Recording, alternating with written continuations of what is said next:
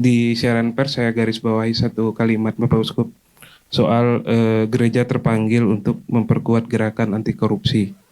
Kita tahu 2 hari belakangan kata korupsi ini sangat kencang dibahas di publik, terutama ada sekjen sebuah partai yang tertangkap. Pertanyaannya adalah bagaimana upaya gereja untuk terus menggaungkan gerakan anti korupsi ini menjadi lebih kencang, menjadi lebih efektif dan bisa terlihat hasilnya. Karena kan korupsi itu belakangan di bangsa Indonesia kita, Bapak Uskup, bukannya berkurang tapi semakin parah. Terima kasih.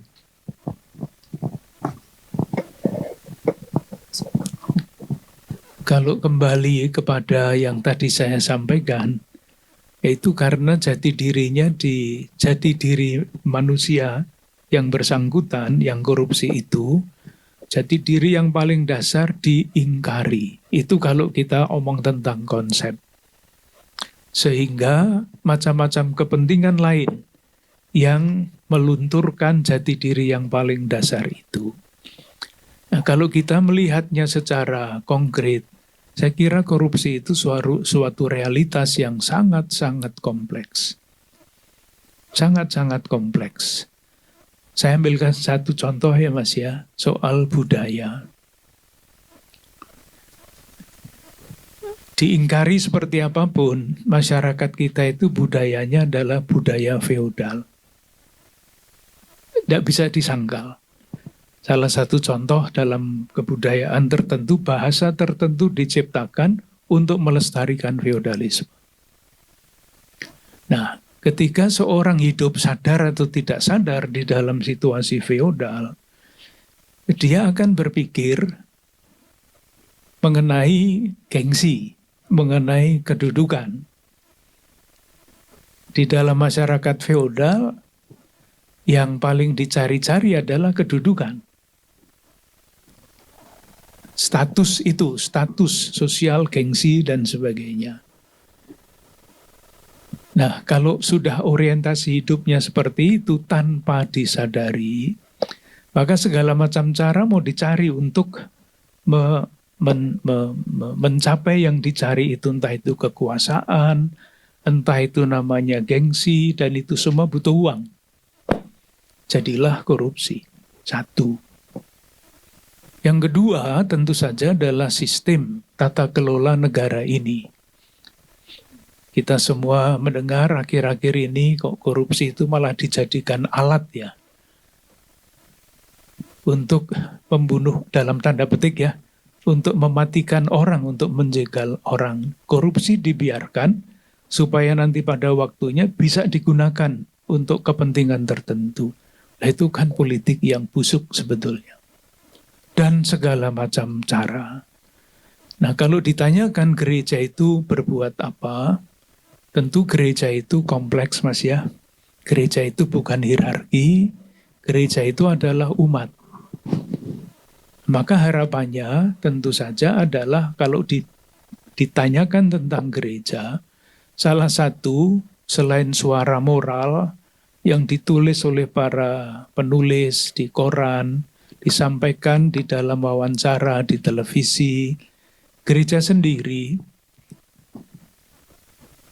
tidak berarti bebas dari keadaan seperti itu.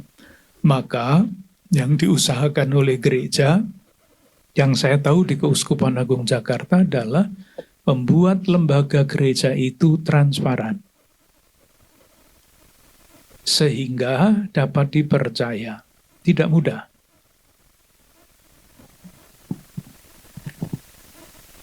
Dengan tujuan itu dibuatlah macam-macam model tata kelola. Ini Romo Samuel ini membuat terus macam-macam aturan tata kelola di dalam gereja supaya bahaya korupsi di dalam gereja sendiri oleh umat sendiri itu sejauh mungkin dicegah. Harapannya tentu saja harapan itu tidak selalu kesampaian Mas ya. Gereja sungguh menjadi lembaga yang terpercaya. Menjadi komunitas kontras itu istilahnya. Ketika di masyarakat tersebar kecenderungan untuk korupsi, menggunakan jabatan untuk macam-macam kepentingan, di dalam gereja hal seperti itu jangan pernah terjadi. Sehingga gereja bisa menjadi itu tadi komunitas kontras. Di gereja jangan sampai terjadi korupsi. Tetapi sekali lagi Mas, segala macam hal ada di balik korupsi itu. Korupsi adalah suatu realitas yang amat sangat kompleks. Baik, sekarang pertanyaan kedua silakan Mas. Selamat Natal untuk Bapak Uskup dan Bapak Romo. Saya Maulana dari Investor Trust, Pak, mau bertanya mengenai di press release disebutkan mengenai dampak ekonomi BPS dari data BPS yang kelas menengah menurun, kemudian ada kemungkinan tahun depan ada tekanan ekonomi. Apa pesan Keuskupan Agung Jakarta mengenai keputusan pemerintah dampak PPN, kemudian di tahun depan ada tekanan ekonomi yang mungkin makin kuat. Dan apa pesan Keuskupan Agung Jakarta untuk umat dan masyarakat dalam menghadapi tekanan tersebut? Dan apakah pesan untuk kembali hidup sederhana kembali digaungkan? Begitu. Terima kasih. Saya pribadi, Mas, berusaha untuk mengikuti diskusi mengenai hal-hal itu di dalam melalui televisi, melalui koran, melalui studi bersama, mencoba mengikuti. Tapi ramalan-ramalan itu kan tidak selalu jelas ya, diramalkan begini, nanti jadinya begini. Oleh karena itu, bagi saya yang paling penting adalah kita ikuti perkembangan zaman yang tidak jelas itu. Mengenai PPN, pasti nanti yang mempunyai keahlian di dalam bidang itu tidak akan berhenti berdiskusi.